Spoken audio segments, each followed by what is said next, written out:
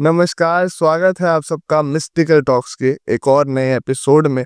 और मैं आशा करता हूँ आप सब बहुत ही अच्छे होंगे। और दोस्तों, आज के इस एपिसोड में हम जेमस्टोन्स के काफ़ी सारे जो राज हैं वो उजागर करने वाले हैं।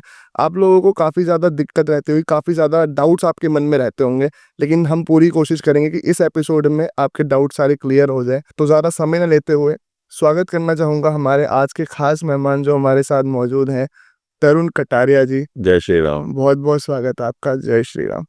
और तरुण जी के साथ हम एक एपिसोड पहले भी कर चुके हैं रुद्राक्ष के ऊपर, और आज आपने दोबारा से हमें समय दिया, उसके लिए बहुत बहुत धन्यवाद। जय श्री राम। जय श्री राम। तो तरुण जी, सबसे पहले मैं शुरुआत करना चाहूँगा इस टॉपिक की, जेमस्टोन्स वाली की। मतलब जेमस्टोन्स जो होते हैं, इनमें सच में शक्ति होती है? देखिए, परमात्मा ने जो भी सब चीज बनाई, जो जिसकी रचना परमात्मा ने स्वयं की, जो मैन मेड नहीं है, ऐसा हो नहीं सकता कि उसमें शक्ति ना हो। क्योंकि परमात्मा की हर एक रचना के पीछे जो जनमानस है, उनकी भलाई जरूर छुपी हुई होती है। चाहे वो रत्न है, चाहे वो रुद्राक्ष है, चाहे वो आयुर्वेद है। परमात्मा ने जब रचना की रत्नों की, तो आप ऋग्वेद में अगर पढ़ें तो पहला श्लोक ही रत्नों को लेकर है। रत्नों में इतनी अद्भुत शक्ति है, ऊर्जा का एक अद्भुत स्रोत है रत्न।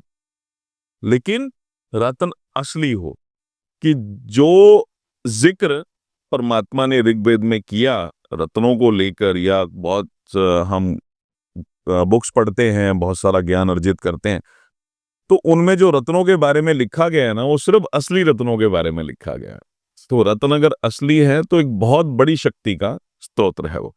तो यानी कि आपका कहना है कि शास्त्रों में, ग्रंथों में इसका जिक्र है बिल्कुल है। रत्नों का? हाँ, ज्योतिष शास्त्र में सारा ही जिक्र रत्नों का है, कि ग्रहों के साथ कैसे उनकी रेमेडीज हैं। तो सब चीजों को लेके कॉम्बिनेशंस तो बनाए गए ना, कौन सी बीमारी, कौन सा ग्रह कैसे ठीक होगा, किस रत्न को धारण करने से होगा। ज्योतिष भी तो जो है ज्योतिष है ना, ये वो ज्योति है जो ईश से मिला दे। अब इतने बड़ी बात अगर बोली जा रही है, तो वो ग्रंथ भी बहुत बड़े बड़े हैं। आज से नहीं है, हजारों सालों से हैं।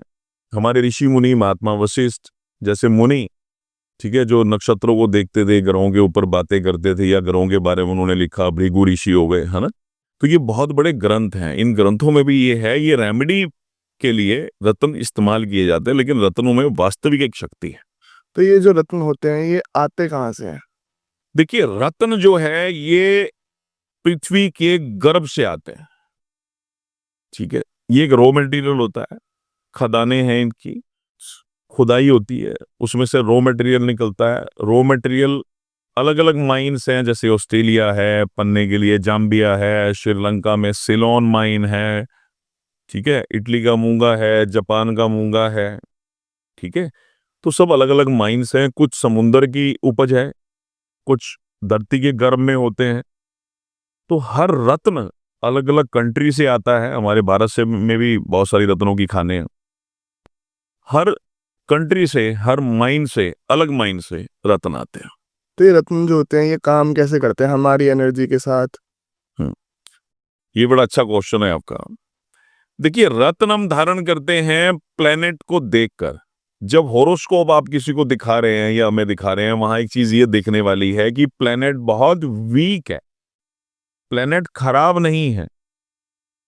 अगर प्लेनेट खराब है तो हमें उसका रत्न धारण नहीं करना चाहिए। लेकिन अगर प्लेनेट आपका वीक है, अच्छे हाउसेस में बैठा है, तो आपको रत्न धारण करना चाहिए। उससे होगा क्या, रत्न उस प्लेनेट की एनर्जी को एनहांस कर देता है, उस एनर्जी को बढ़ा देता है, ठीक है। अब जहां वहां क्या हुआ, वीक प्लेनेट था, उसकी एनर्जी को उसने एनहांस किया, तो हमारी लाइफ में जो प्रॉब्लम उस प्लेनेट की वजह से आ रही थी, या यूं कहूं कि वो प्लेनेट हमें वो रिजल्ट नहीं दे पा रहा था जो उसको देने चाहिए, तो वहां उस प्लेनेट की एनर्जी एनहांस हुई, तो वो प्लेनेट के रिजल्ट्स लाइफ में आने लग जाएंगे। अगर प्लेनेट खराब है और उसका हम रत्न धारण कर रहे हैं, तो खराब रिजल्ट आपकी जिंदगी में आने लग जाएंगे।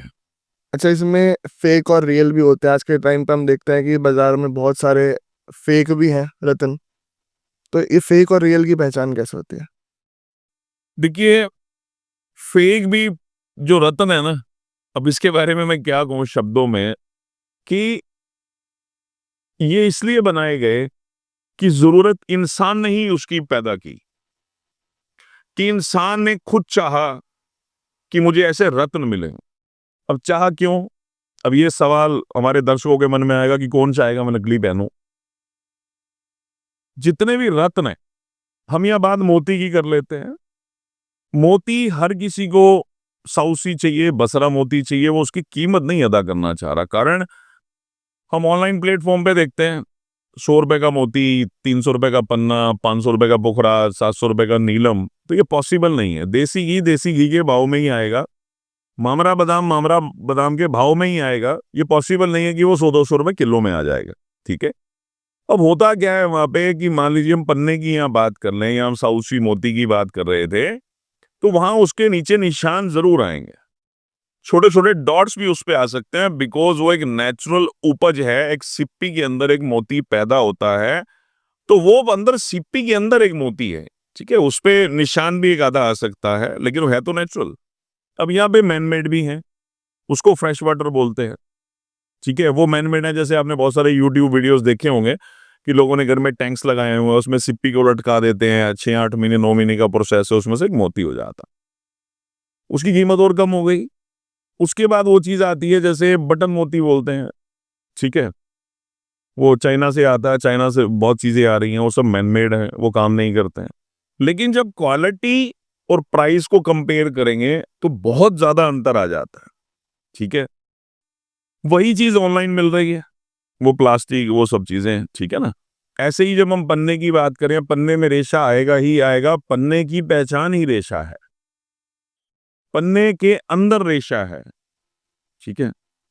अब हर इंसान ये बोलता है मुझे बिल्कुल क्लीन पीस चाहिए, जो मिलेगा नहीं, पॉसिबल नहीं है।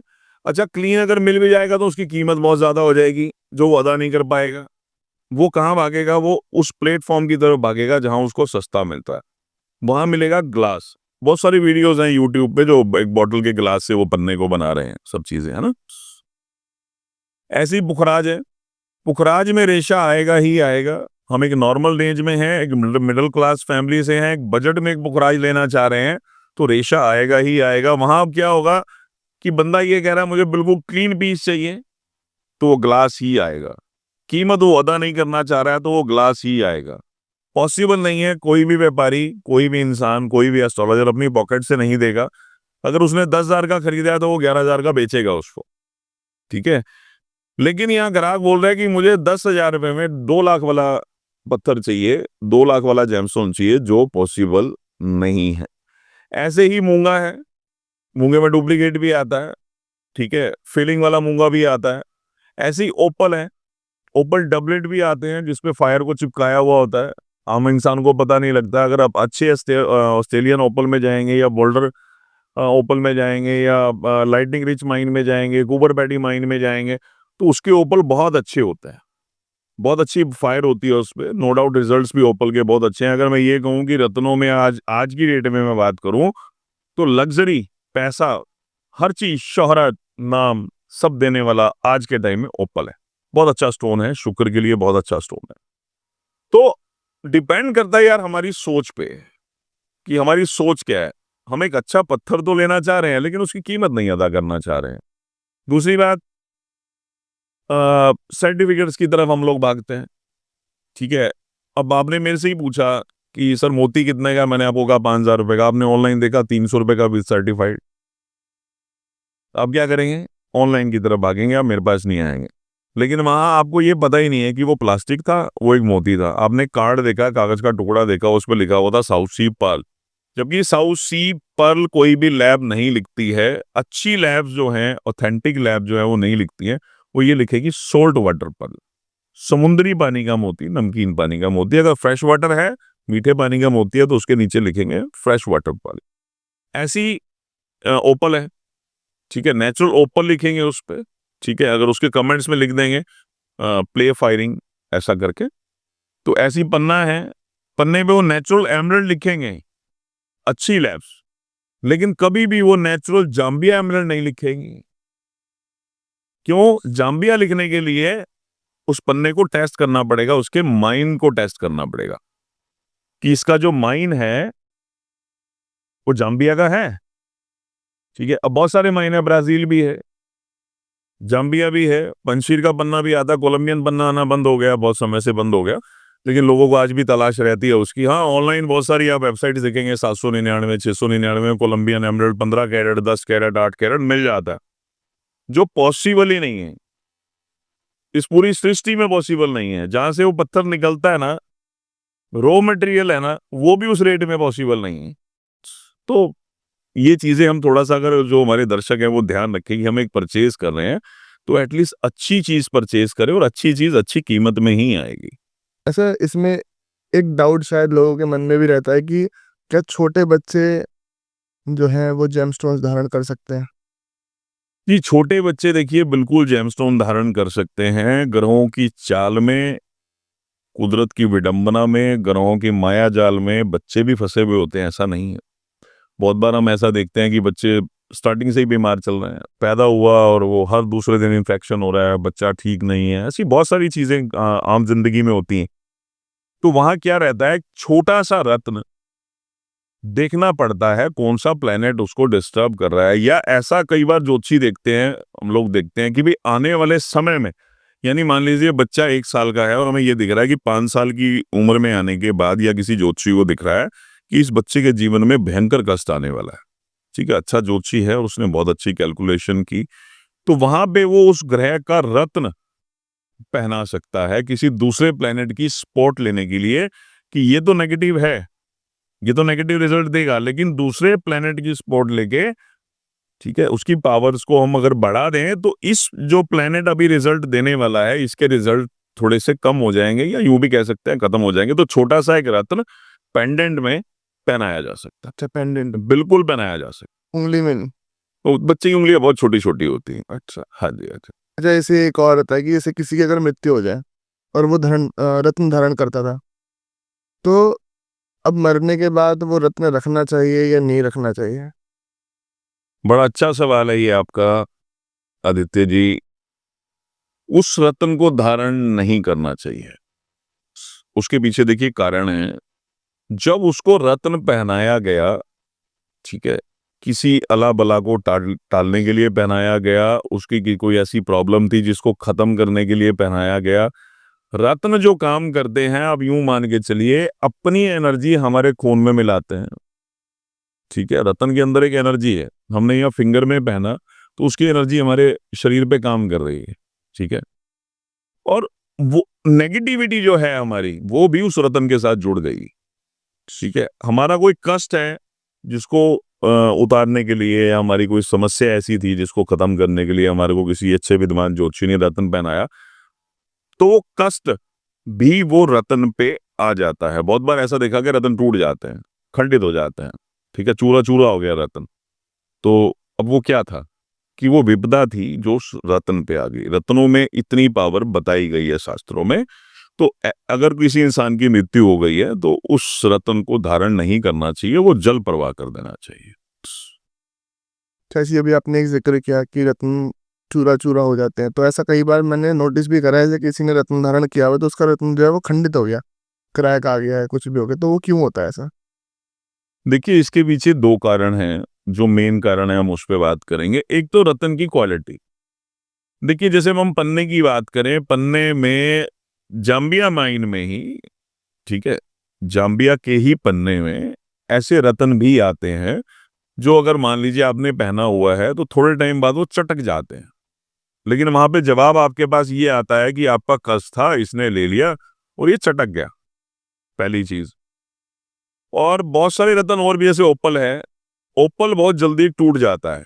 ओपल एक कच्चा रत्न है, ठीक है, ठोस रत्न नहीं है, कि जरा सा आपका हाथ अगर दीवार से टकरा गया और पत्थर आपका ठोस नहीं है, यानी कि अच्छे माइन का नहीं है, उसकी हार्डनेस अच्छी नहीं है, ठोस ओपल नहीं है, तो वो जल्दी टूट जाएगा।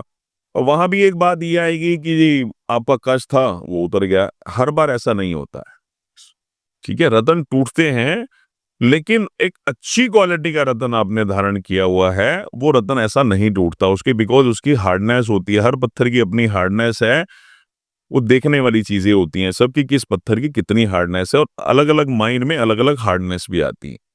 ठीक है, हल्का पत्थर है, मान लीजिए 500-700 हज़ार रुपए का पन्ना है, 2,000 रुपए का पन्ना है, उसकी हार्डनेस ही नहीं है, बहुत पन्ना वैसे भी कच्चा पत्थर है, तो वो चटक जाएगा। तो उसको उसके साथ ना जोड़ा जाए कि आपका कष्ट था तो इसलिए हल्का हो गया। लेकिन एक्चुअल में रत्न अपने ऊपर अला बला समस्या, कष्ट, विपदा ले लेते हैं कि जब रत्न पहनाए जाते हैं, ये अब ज्योतिषी के हाथ में है कि उन्होंने क्या कैलकुलेशन की। अगर वो अच्छी कैलकुलेशन करके रत्न पहना रहे हैं तो ये श्योर है कि जो विपदा आने वाली है परमात्मा टालना चाह रहे हैं।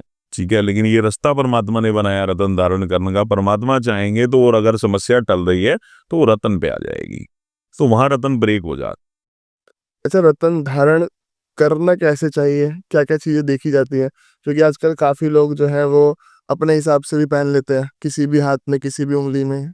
आजकल होता ही ऐसे आदित्य जी, लोगों की कॉल आती है कि सब मेरा वृश्चिक लगन है और मंगल मेरा सप्तम में है, तो मैं क्या धारण करूं। सर मेरा कर्क लगन है, ये ग्रह मेरा यहाँ बैठा है, तो क्या मैं ये धारण कर सकता हूं। मतलब सवाल भी लोग आज ऐसे ही पूछते हैं कि वो मतलब कंप्लीट वो एक एस्ट्रोलॉजर हैं कि जहां पे उनको जवाब देना कई बार हमें भी जायज नहीं लगता कि यार ये खुद ज्योतिषी हैं, इनको क्या समझाओगे आप। अगर वो मेरे से ये सवाल कर रहा है कि जी मेरी राहु की महादशा चल रही है कि जी मैं गोमेद पहन लूं, अब आदित्य जी एक बात देखिए, मुझे यही नहीं पता उसका राहु बैठा कहाँ है। ठीक है, क्या दृष्टि है, अंतरदशा चल रही है राहु की या महादशा चल रही है, प्रत्यंतर दशा चल रही है, चर दशा चल रही है, गोचर में राहु कहाँ है, मतलब बहुत सारी चीजें देखने वाली होती। तो रत्न जब भी धारण करें किसी अच्छे ज्योतिषी की सलाह से करें। रत्न फायदा करते हैं तो नुकसान भी कर जाते हैं। कि जैसे मान लीजिए अब किसी का 8वें घर में कोई ग्रह बैठा, चंद्रमा की बात कर लेते हैं 1 मिनट के लिए, 6ठे घर में बैठा चंद्रमा, हम चंद्रमा की बात कर लेते हैं। अब उसके बच्चे को ना चिड़चिड़ापन बहुत ज्यादा था, माँ ने क्या किया, उसको मोती बना दिया। ठीक है, आम बच्चों को गुस्सा आता है, बच्चों को मोती बना दिया जाता है। अब जब उसको मोती बनाया तो उसकी माँ से बननी बंद हो गई। अच्छा, कारण चंद्रमा को इतना बल मिल गया। पहले तो चंद्रमा डिग्रीज कम थी, 4 या 5 डिग्री का बैठा था, लेकिन अब यहाँ आपने उसकी डिग्री बढ़ा दी ना, 7-8 रत्ती का तो आपने उसको स्टोन पहना दिया पेंडेंट में। अब यहाँ हुआ क्या कि चंद्रमा की डिग्रीज बढ़ गई, चंद्रमा की पावर बढ़ गई, चंद्रमा वहां नेगेटिव है, वहां से वो क्या करेगा, माँ से संबंध धीरे धीरे जैसे जैसे बच्चा बड़ा होगा उसके खराब करवा देगा। उसको गुस्सा और ज्यादा आने लग जाएगा और उसकी मन की चंचलता और ज्यादा बढ़ जाएगी। अब यहाँ क्या, माँ परेशान हो रही है कि मेरी, मैं तो बड़ी परेशान हूँ, वो ध्यान ही नहीं दे रही कि मैंने उसको मोती बनाया। ठीक है, तो ग्रहों की डिग्रीज बहुत चीजें देखने वाली होती हैं। जब रत्न पहनाया जा रहा है तो मैं स्पेशली ये कहना चाहूंगा कि वहां बहुत ज्यादा ध्यान देना चाहिए कुंडली में, क्योंकि रत्न अगर फायदा करते हैं तो नुकसान भी कर सकते हैं। ठीक है, भाग्य रत्न है। अब बहुत कई बार ऐसा होता है लोग अपनी कुंडली खुद बना लेते हैं, सॉफ्टवेयर बहुत सारे हैं आजकल, वहां लिखा होता है उसमें भाग्य रत्न। ठीक है, सरकारी नौकरी के लिए ये रत्न, तो यार वो सब चीजें काम नहीं करती हैं उस तरह से कि भाग्य रत्न है। अब जो भाग्य स्थान है आप पे, उसकी दृष्टि किसकी है, कौन से ग्रह की दृष्टि है। मान लीजिए अब राहु बैठा है भाग्य स्थान में, लगन में गुरु बैठा है। ठीक है, तो राहु की दृष्टि भी तो जा रही है लगन में। ठीक है, तो वहां अब क्या पहनाया जाए। अब वो बंदा ये कहेगा जी बृहस्पति की महादशा चल रही है तो पुखराज पहन लो, नहीं, वहां फायदा करेगा तो रत्न बहुत ज्यादा नुकसान भी कर जाते हैं। रत्न ऐसे नहीं पहनने चाहिए। और दूसरी बात कि रत्न कुंडली के हिसाब से, डिग्रीज के हिसाब से देखे जाते हैं कि कितने रत्ती का पहनना चाहिए। अपने आप नहीं, हमारे पास जितने भी फोन्स आते हैं वो सभी 90% ऐसे ही होते हैं कि सर मेरा 27 डिग्री का है तो मैं 9 रत्ती पहन लूं। अब मेरे से सवाल करना है ना आपने, तो आप मुझे अपनी कुंडली दिखाएं। ठीक है, किसी की से भी आपको सवाल करना है, उसको होरोस्कोप दिखाएं, उससे बोलें कि मैं एक अच्छा रत्न पहनना चाह रहा हूं, तो रत्न फायदा 100% करेगा। लेकिन वो कैलकुलेशन अच्छी हो। ठीक है, हर चीज अच्छे से देख के बनाया हुआ हो उसको, तो 100% वो रत्न काम करता है। अच्छा, इसमें साइज़ भी मैटर करता है कि छोटा है तो कम एनर्जी होगी, बड़ा है तो ज़्यादा एनर्जी होगी? देखिए यहाँ पे ना एक्चुअल मैटर क्या करता है, अगर क्वालिटी अच्छी है तो आप छोटा साइज पहन सकते हैं। अगर क्वालिटी अच्छी है आप छोटा साइज पहन लें, कोई इशू नहीं है। अगर क्वालिटी आप हल्की पहन रहे हैं, आपका बजट नहीं है, यहाँ मैं दर्शकों को कहना भी चाहूंगा कि कभी भी रत्नों के लिए, रुद्राक्ष के लिए अपनी पॉकेट नहीं खराब करनी चाहिए, अपना बजट नहीं खराब करना चाहिए, अपने घर गृहस्थी खराब नहीं करनी चाहिए, कभी कर्जा नहीं उठाना चाहिए, कभी गोल्ड गिरवी नहीं रखना चाहिए। क्योंकि बहुत सारे केसेस ऐसे आते हैं कि सर मैंने 1.5 लाख का पुखराज पहना और वाइफ की रिंग गिरवी रख के, वाइफ की चूड़ियां गिरवी रख के मेरे हालात अच्छे नहीं थे। बहुत बार मैंने ऐसा सुना और हमें भी कई बार अच्छा नहीं लगता है कि ठीक है 1.5 लाख का आपको पहनना था, आपने उस समय धारण कर लिया, लेकिन यहाँ मैं ये बात जरूर कहूंगा कि यार आप 10,000 वाला पुखराज धारण कर लो, काम करेगा, 100% काम करेगा। एक्चुअली रतन काम करते हैं आपकी एनर्जी के साथ मिक्स होकर। रतन की एनर्जी आपकी एनर्जी जब मैच होती है तो वो चीजें काम करती हैं। अब यहाँ रहता क्या है कि अब 10 रत्ती पहनना है, अब 10 रत्ती 2.5 लाख रुपए का, मान लीजिए बहुत टॉप क्वालिटी पोखराज की हम बात करें, यहाँ अगर ये जो लोग हैं वो ये जरूर बोलेंगे कि चाहिए क्लीन। अब क्लीन की रेंज आएगी 2 लाख, 2.5 लाख, 3 लाख, 4 लाख, ठीक है। तो रत्न आप अपने बजट के हिसाब से धारण करें। रत्न क्वालिटी अच्छी है, छोटा साइज पहन लें, 100% काम करेगा, ठीक है। आपका बजट कम है, कोई बात नहीं, रत्ती थोड़ी सी ज्यादा पहन लें, रेंज और कम कर दें कि मान लीजिए 10,000 रुपए कैरेट का पन्ना आप पहन रहे थे, अब आप 1,000 रुपए कैरेट पे आ गए, तो वहां 5 कैरेट की जगह आप 9 कैरेट पहन लें, 8 कैरेट पहन लें, तो वो काम करेगा, 100% काम करेगा। जैसे हम रत्न धारण करते हैं, तो रत्न धारण करने के बाद कितने समय बाद वो अपनी एनर्जी दिखाता है या अपना इम्पैक्ट दिखाता है? देखिए रत्न जो है, बहुत सारे ऐसे रत्न हैं जो साथ साथ इफेक्ट दिखा देते हैं, ठीक है। जैसे ओपल है, नीलम है, मूंगा है, ठीक है, ये बहुत जल्दी इफेक्ट दिखाते हैं लाइफ पर। और कुछ रत्न ऐसे हैं आफ्टर 1 वीक, कुछ ऐसे हैं आफ्टर 15 डेज, कुछ 40 डेज बाद भी कुछ रत्नों के रिजल्ट आते हैं। लेकिन यहाँ होता क्या है आदित्य जी, कि सबसे पहले ये डिपेंड करता है जो आपकी कुंडली को डायग्नोज कर रहा है, जो आपकी कुंडली को देख रहा है, आपकी ग्रहों की गणना कर रहा है, जिन्होंने आपकी हर चीज देखी है आपकी कुंडली में, ठीक है, लगन देखा, नमांश देखा, चंद्र कुंडली देखी, चलित देखा, सब कुछ देखा, उनको बहुत अच्छे से पता है आपको कौन सा रत्न फायदा करेगा, ठीक है। तो रत्न हम धारण कर रहे हैं, ज्योतिषीय सलाह से धारण कर रहे हैं, तो रत्न बहुत अच्छे फायदे देते हैं, क्योंकि देखना जरूरी है कुंडली के अंदर कि कौन सा रत्न आपको फायदा देगा, कौन सा रत्न आपको बीमारियों से बचाएगा, कौन सा रत्न आपको एक्सीडेंट से बचाएगा, कौन सा रत्न आपको शारीरिक रोग से बचाएगा, खत्म नहीं करेगा। प्रारब्ध कभी कटता नहीं है, ये सच है। और जो लोग ये सोच के रत्न धारण करते हैं कि मैं करोड़पति हो जाऊंगा, कभी जिंदगी में नहीं होगा, ठीक है। क्यों? कि ग्रह जो अपना काम कर रहे हैं, पक्के ग्रह जो अपना काम कर रहे हैं, जो आप भोगने आए हो इस सृष्टि के अंदर, वो निश्चित है, उसको बदला नहीं जा सकता, ये परमात्मा की रचना है।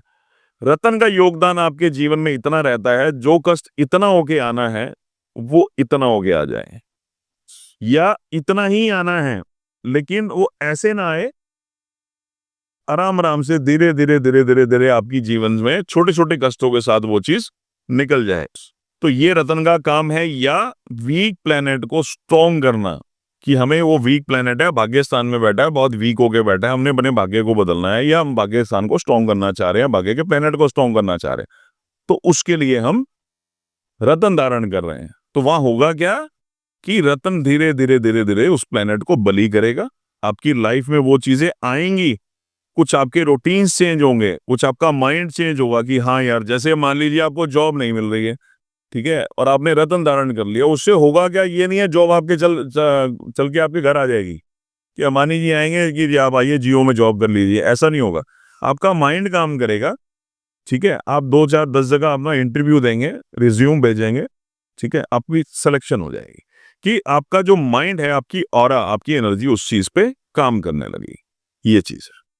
जैसे नेगेटिव एनर्जीज, ब्लैक मैजिक, ये चीज़ों का तो बहुत ही बोलबाला है आज के समय में, तो उसमें काम करता है रत्न, उससे हमें प्रोटेक्ट करता है। हाँ बिल्कुल, देखिए रतन कैसे प्रोटेक्ट करता है एक्चुअली, जैसे मैंने पहले भी अपने शब्दों में कहा कि नेगेटिव एनर्जी आपकी लाइफ में है, ब्लैक मैजिक आपकी लाइफ में है, ठीक है, आपकी ऑरा नेगेटिव हो गई है, अब रतन कैसे काम करेगा, कि पहले तो ना कुंडली के अंदर ये देखना बड़ा जरूरी है कि कौन सा प्लेनेट ऐसा है, कौन सा आपका ग्रह ऐसा है जो पक्का ग्रह है और आपको डिस्टर्ब कर रहा है, नेगेटिव एनर्जी दे रहा है। जैसे हम राहु की बात कर लें, ठीक है, केतु की बात कर लें, शनि की बात कर लें, शनि एंजाइटी भी देते हैं, मंगल भी एंजाइटी देते हैं, ठीक है। तो ये चीजें देखनी बड़ी जरूरी हैं। तो मैं इस दर्शकों को ये बात जरूर कहूंगा कि गूगल बॉय छोड़कर अच्छी चीजें आप गूगल पे सर्च करें, लेकिन जब आप रत्न धारण करना चाह रहे हैं तो मैं जरूर कहूंगा किसी अच्छे ज्योतिषी की सलाह लें, क्योंकि रत्न एक मेडिसिन है। अब ऐसा नहीं होता कि हम कोई भी एंटीबायोटिक खा लेते हैं तो हमारा इन्फेक्शन ठीक हो जाता है। हर एंटीबायोटिक अलग अलग है, बहुत सारी प्रॉब्लम्स हैं जिसके लिए अलग अलग मेडिसिन हैं, राइट। पेन किलर्स भी अलग हैं, स्टमक पेन है अलग मेडिसिन है, स्टमक पेन के लिए होती ही अलग मेडिसिन है, अदरवाइज हमारी बॉन्स में कहीं भी पेन है उसके लिए अलग मेडिसिन। तो ऐसे ही रत्न है, अच्छे ज्योतिषी की सलाह से आप रत्न पहने, ऐसे रत्न बिल्कुल ना पहने, क्योंकि बहुत बार ऐसा होता है कि रत्न बहुत ज्यादा नुकसान दे जाते हैं, बहुत ज्यादा नुकसान दे जाते हैं। तो वहां नेगेटिविटी खत्म होगी या नहीं होगी पता नहीं, लेकिन वो और 4 चीजें आपकी जिंदगी में बढ़ जाएंगी। तो वहां आप कहेंगे क्या कि रतन काम नहीं करते हैं, मुझे रतन ने बर्बाद कर दिया, मैं रतन ने मेरा ऐसा कर दिया। अब वहां आप अपना दिमाग ये नहीं लगाएंगे कि मैंने किसी की सलाह से रतन नहीं पहना। वहां मैंने क्या किया, खुद मैंने अपनी कुंडली देखी, किसी भी अच्छी एप्लीकेशन पे देखी या मैंने गूगल पे सर्च किया तो मैंने रतन धारण कर लिया। तो वहां कोई भी रतन आपकी नेगेटिविटी को दूर नहीं करेगा। लेकिन हाँ, नेगेटिविटी के लिए और वैसे एक छोटा सा रतन मैं बता देता हूँ, ईरानी फिरोजा आता है, निशापुरी माइन का बड़ा फेमस आजकल एक स्टोन है, निशापुरी माइन का फिरोजा। बट वो होना निशापुरी माइन का चाहिए, जयपुर भट्टी वाला नहीं होना चाहिए जो भट्टी में डाई से बना रहे हैं, वो नहीं होना चाहिए। बट ये स्टोन बहुत अच्छा है, अट्रैक्शन के लिए बहुत अच्छा है, ब्लैक मैजिक के लिए बहुत अच्छा है, छोटे बच्चों को नजर के लिए बहुत अच्छा है, फीमेल्स को नजर के लिए बहुत अच्छा है, और कमाल रिजल्ट है इसके। पॉजिटिविटी के लिए ये बहुत अच्छा है, लव रिलेशनशिप के लिए ये बहुत अच्छा है, कपल्स के लिए ये बहुत अच्छा है। बट ये गिफ्टेड काम करता है कि अगर हस्बैंड वाइफ में कोई इशू आ रहे हैं तो दोनों एक दूसरे को गिफ्ट करें। और एक छोटा फिरोजा, एक अच्छा फिरोजा पहना जा सकता है, ये रिंग में, ब्रेसलेट में, पेंडेंट फॉर्म में पहना जा सकता है, इसके कमाल रिजल्ट है। इसी में एक चीज और, जैसे कि आज के टाइम में लोगों को चाहिए लग्जरी, हाँ, लेविश लाइफस्टाइल। यस। तो उसके लिए कुछ आप बताओ कि उसके लिए कौन सा जेम। देखिए, लग्जरी देता है शुक्र, वीनस, ठीक है क्या। और वीनस की एनर्जी को एनहांस करना है हमने, ठीक है। तो पहले तो अपनी बीवी को प्यार करने लगे, उसके प्रति ईमानदार रहे, ठीक है। कभी कभी बीवी को कॉस्मेटिक अच्छी ब्यूटी की जो आइटम है वो कभी कभी हम फ्राइडे वाले दिन गिफ्ट कर दें, उससे भी वीनस एनहांस होता है, वीनस की एनर्जी एनहांस होती है, वीनस की एनर्जी बढ़ती है। और एक ओपल स्टोन है, फायरिंग वाला ओपल, फायर ओपल, ऑस्ट्रेलिया का बहुत अच्छा ओपल आता है वो, बट वो डबलेट ना हो, क्रिएटेड ओपल नहीं होना चाहिए। जेमस्टोन हम कोई भी धारण करें वो क्रिएटेड नहीं होना चाहिए, हीटेड नहीं होना चाहिए, ट्रीटेड नहीं होना चाहिए, अदरवाइज आप सिर्फ जेमस्टोन को बदनाम करेंगे कि रतन ने काम नहीं किया। ग्लास नहीं होना चाहिए, ठीक है। अब नेचुरल स्टोन लें तो वो काम करता है। उसके लिए जो लग्जरी के लिए आपने मेरे से पूछा, उसके लिए वीनस की एनर्जी को एनहांस करना पड़ता है। तो उसके लिए फायरिंग ओपल, जो फायर ओपल है, ऑस्ट्रेलिया का हो, बोल्डर माइन का हो, लाइटनिंग रिच का हो, कूपर बैडी माइन का हो, तो वो आप धारण करें। उस पर फायर अच्छी होनी चाहिए। फिर से बोल रहा हूँ, वो डबलेट नहीं होना चाहिए। डबलेट एग्जैक्टली क्या होता है कि ऊपर फायर को पेस्ट कर देते हैं, नीचे प्लेन स्टोन होता है, ऊपर फायर को पेस्ट कर देते हैं, और ऐसा लगता है कि वो फायरिंग ओपल है। उसमें चाइनीज टेप भी आई हुई है, जापानीज टेप भी हैं, हमारे इंडिया में भी बहुत बन रहे हैं, उसके रिजल्ट नहीं आएंगे। अदरवाइज ओपल बहुत अच्छा रत्न है, आज की डेट में ओपल बहुत प्यारा रत्न है, देखने में भी सुंदर है। तो उसका पेंडेंट बनवा सकते हैं, रिंग बनवा सकते हैं, बहुत अच्छा स्टोन है। लग्जरी के लिए सबसे अच्छा स्टोन अगर कोई है तो वो ओपल है। डायमंड से ज्यादा अच्छे रिजल्ट ओपल के हैं जी। तो तरुण जी, बहुत ही मजा आया आपके साथ ये चर्चा चलो, मजा आ गया। मतलब काफी सारी चीजें होगी, हमें तो देखो नॉलेज बिल्कुल नहीं था जेमस्टोन्स के बारे में, आपने बहुत ही अच्छे से समझाया है चीजों को, और बहुत मजा आया आपके सारे एपिसोड करके। सबसे पहले तो बहुत बहुत धन्यवाद, आपने दूसरी बार हमें समय दिया है, और जनता बहुत प्यार करती है आपको। ये पब्लिक का प्यार ही है, समय अपने आप निकल जाता है। जब पब्लिक बुलाती है ना तो समय अपने आप निकल जाता है जी। और अगर आप किसी भी चीज़ की सलाह लेना चाहते हैं अपने हॉरोस्कोप के हिसाब से, अपना लकी स्टोन जानना चाहते हैं, तो आप तरुण जी से संपर्क कर सकते हैं। तरुण जी आपको पूरी तरीके से इसमें मदद करेंगे।